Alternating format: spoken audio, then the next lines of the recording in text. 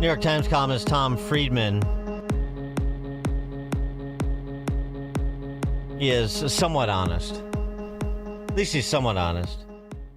He'd like to see the Trump administration's goals with respect to Iran achieved, but he's really having difficulty fully embracing an outcome he'd like to see because he doesn't want that outcome to benefit Trump or Bibi.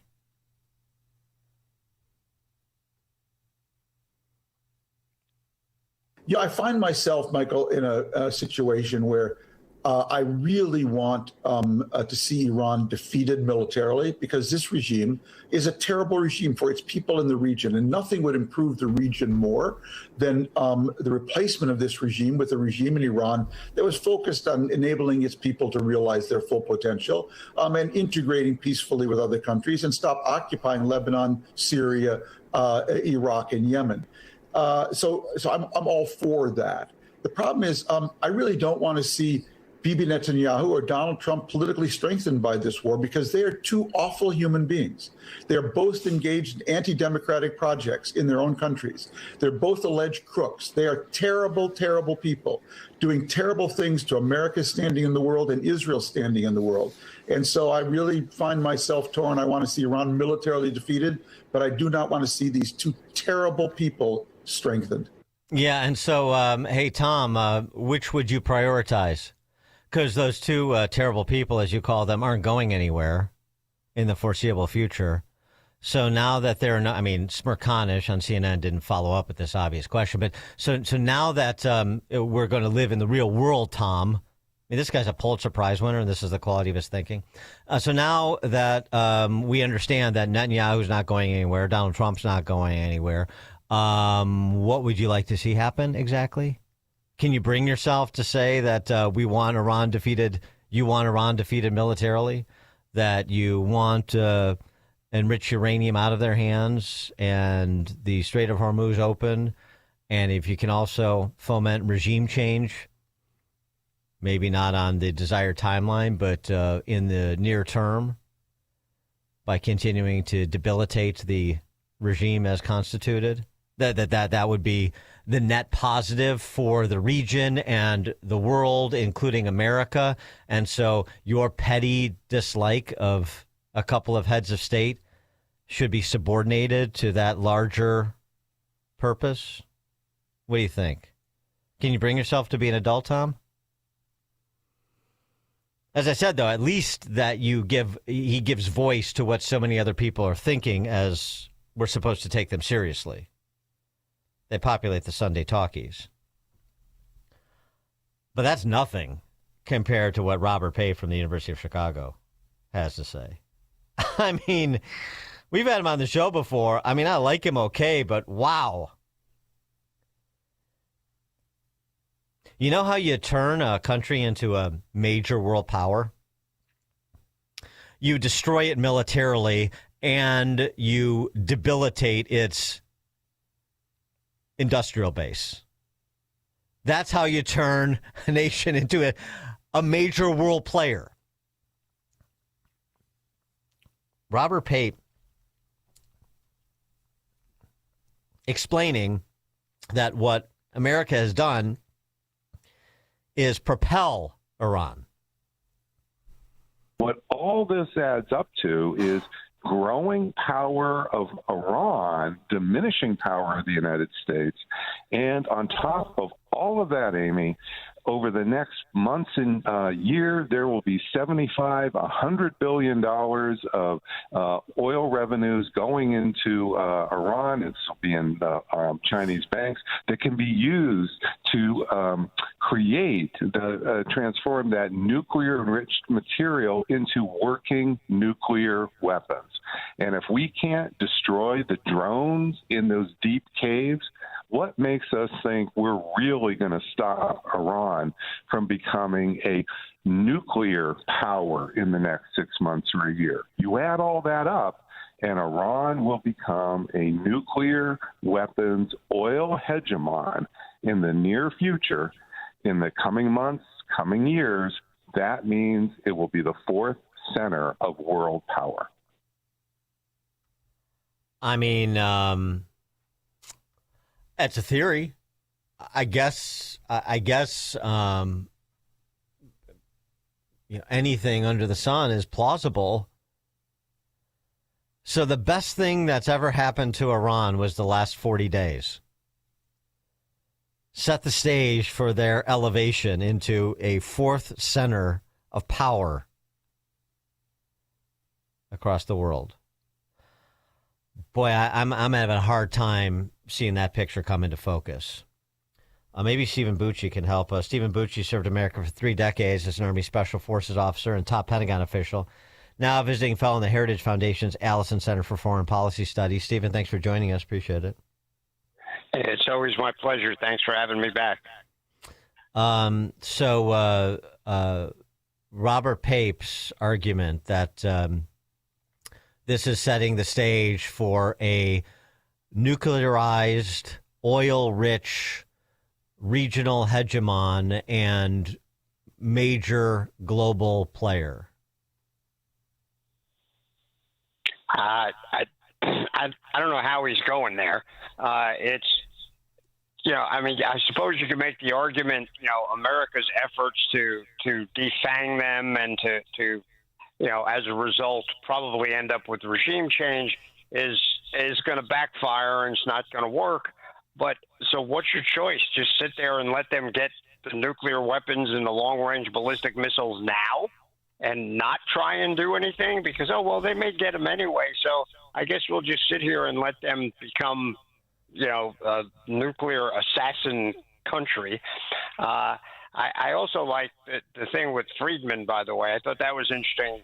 What he is describing is the equivalent of saying, Hitler and Mussolini are really crappy people. They're really bad guys. But, Churchill's just a drunk. I don't think we can work with him.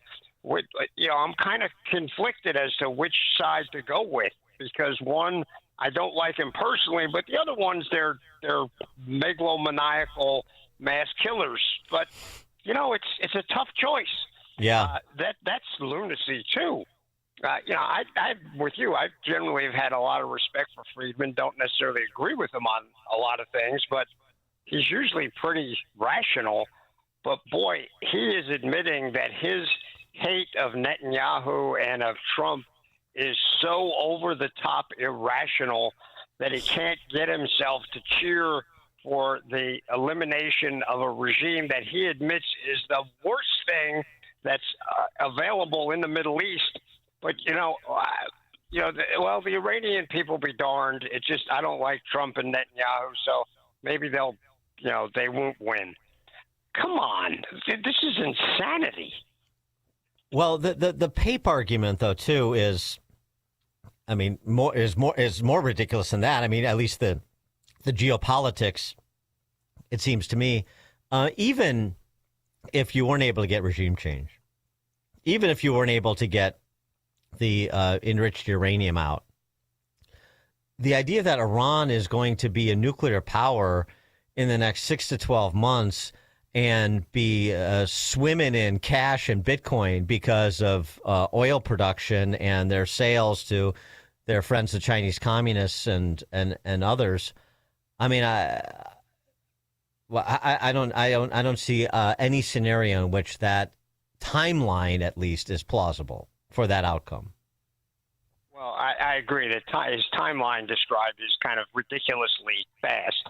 But, I mean, even the only way they could get to what he's describing is if we had walked up when J.D. Vance got there in Pakistan and said, you know what, you guys are right. All that stuff you're asking for, you want to control the Hormuz Straits. That's fine. You want to be able to do all your nuke stuff without any interference. Oh, okay. Well, maybe we've been a little unreasonable. You want to fund and have an umbrella of protection over all of your proxies while they do their bad things. Okay, well, that's not unreasonable. If we completely capitulated to everything they were asking for, right, maybe that would happen. I don't see that as a particularly likely outcome, though. No, and the other thing too. So if we didn't achieve the objectives here, starting with preventing the advance of their nuclear weapons ambitions, and then the Strait continues to be a nagging problem in terms of passage. So then we would just withdraw and we would pay no attention to what's going on in the Middle East on a go-forward basis until there's a new administration. I don't think that's very likely either. So, I mean, these things, these sort of conventional thinkers, the combination of convention and Trump hatred, I mean, are really fomenting some fascinating theories about what's likely to occur. Agreed. It's stuff detached from any sort of reality or any possibility, and it's also thinking that some of these folks who are wishing tremendously that President Trump would completely fail and all of this would be terrible, and he'll get all the blame for it. So then they'll get back in power and be able to fix everything. I don't think Trump's done yet. If you look at the results of the weekend's worth of negotiations, Vance laid out a pretty reasonable and very unsurprising list of demands, which are the same ones they have been demanding since this started. And when they said no, he said, okay, then we don't have any way to talk. Yeah, we walk away. This is the as opposed to having as opposed to John Kerry running after them. Hey, please make a deal. Please make a deal. Yeah, it's so if you think J.D. Vance is suddenly going to morph into John Kerry, you might believe that some of these outcomes are possible. He's not, and nor is President Trump, Barack Obama, or Joe Biden, and they're not done yet. The results are too important for America, for the region, for the Iranian people, for us to walk away and say, oh, never mind. That's just not happening. All right, so let's talk about the blockade that's supposed to be initiated today and the underwater drones doing the mine sweeping to find the mines that the Iranians forgot where they put, at least according to the New York Times. A senior fellow, a policy wonk with the Washington Institute, which is U.S.-based, estimates that more than 60% of the Revolutionary Guard's fast attack craft and speedboat fleet remains intact. And that's the fleet that is posing the threat to ships moving through the strait. So what is your anticipation? I mean, sort of what is the strategic vision, do you think, for the blockade? And what do you anticipate in terms of the ability of the U.S. to effectively impose it while it's also conducting this other task of trying to continue to eliminate the capacity of Iran for retaliatory strikes, this fast attack craft speedboat fleet, and continue to demine the strait as needed? As much as I am loath to give the United States Navy credit for anything, because after all, I went to the other school, I have to tell you, they are some pretty darned effective folks at doing more than one thing at the same time. They have the capacity. There's enough naval power there, augmented, by the way, by a lot of Marine and Army power. The Air Force, the A-10s, the Apaches, the other aircraft that are there. Getting those fast attack boats, they're pretty vulnerable. They're not like submarines that can sneak around and hide. They're not armored. They're like World War II PT boats, except we recognize they're dangerous. And once the gloves come off and President Trump says, fine, anything that comes out of those ports, sink it before it gets out. That's what they'll do. And they'll do it very effectively. And I think the Iranians are really dreaming if they think those fast attack boats are going to be able to have that big an effect on the United States Navy when it's in a wartime footing. So you're not concerned about Iran? I mean, you're not concerned is the wrong word. Obviously, there's always concern because you have, American soldiers in harm's way. But my point is to say, the macro view of it, you're not concerned about the ability to achieve the strategic objective here, which seems to me punish Iran. We're going to choke off the choke point. You got no cash coming in. You have to reveal yourself if you want to try to strike our guys, and we're going to then further decimate your guys. So it's just going to tighten the noose a little bit more at a time, and it's going to bring them back to the table to give Trump what he wants. That has to be the philosophy in short order. I don't think this is intended to be, a months-long open-ended blockade of the blockader. So he has to be trying to drive them to the point I'm describing in short order, right? Yes, absolutely. And I think there's going to be some pretty tough messaging that's going to go out to the Chinese and to the Russians to say, back off, don't try and test us because we'll stop you from coming in. And the little deals that were cut on the side to try and keep the gas prices down with the Russians, that's going to go away. And in very short order, there may be some additional pain. And I know my fellow Americans, all of us who drive, non-electric cars, we're going to scream bloody murder. But I'm sorry, this is a necessary thing for our national security. And America needs to recognize that, and the left needs to recognize this. I don't think that last one is a big possibility, but they should.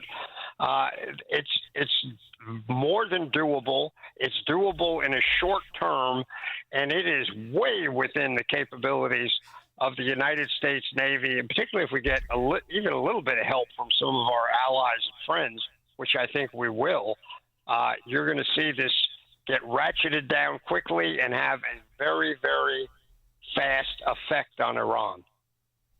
And so those suggesting that, as you heard Pape mention, you had former Pakistani ambassador to the U.S., basically suggesting what we're seeing now is the diminution of America actually in the Middle East, and if not the rise of Iran, then sort of, to borrow from Fareed Zakaria, the rise of the rest in the Middle East at the expense of America and I suppose Israel. I don't know. I'm having a hard time following the logic of this thinking, but that's something that Maliha Lodhi, Pakistan's broker in the U.S.-Iran talks, told Bloomberg News that that this temporary situation, if it does remain temporary, with Strait of Hormuz, means that the U.S. is again underestimating the nationalism, just as it did in Afghanistan, for example. That military supremacy doesn't necessarily mean that you get regime change or the objectives achieved that you want. And the combined military might of the United States and Israel took a country. This is his words. Took a country that was militarily much weaker, whose allies in the region had also been weakened, yet that country resisted. What it basically says is the era of America's dominance in the region is basically over. And what I'm seeing is an expression that would tend one to conclude just the opposite. I'm with you. His comments might be aspirational. That may be what he's hoping will happen. But the fact that all of the Gulf Arabs are not suddenly kowtowing to Tehran and saying, oh, we better back out of this because it looks like Tehran's going to win this. They're gearing up. They're getting ready to join the fight. That's so over the top amazing. And they realize, and they realized it before, but now they're saying that this part out loud. They know Iran is the problem, not America. And they want to be on the side of the solution, not on the side of the problem. So, I don't know how Pakistan suddenly falls in love with Iran. I think that's a huge strategic error on their part. And you're going to energize the Indians. You're going to energize the Gulf Arabs. There's going to be a lot of folks, I think, are going to join a coalition of the willing to see this nonsense end and realize that saving Iran's totally corrupt government is a really bad, desirable outcome for the other side. And Pakistan needs to realize they're not being an honest broker. They're on the wrong side of this argument. Stephen Bucci served America for 3 decades as Army Special Forces officer, top Pentagon official, now a visiting fellow in the Heritage Foundation's Allison Center for Foreign Policy Studies. Stephen, thanks as always. Appreciate it. It's my pleasure. Thanks for having me. And Stephen joined us on the alphawealthgroup.com answer line. It's like a hot, steaming cup of information to start your day. It's Chicago's Morning Answer on AM 560. The Answer. You need a construction company, but who? Paul Brown.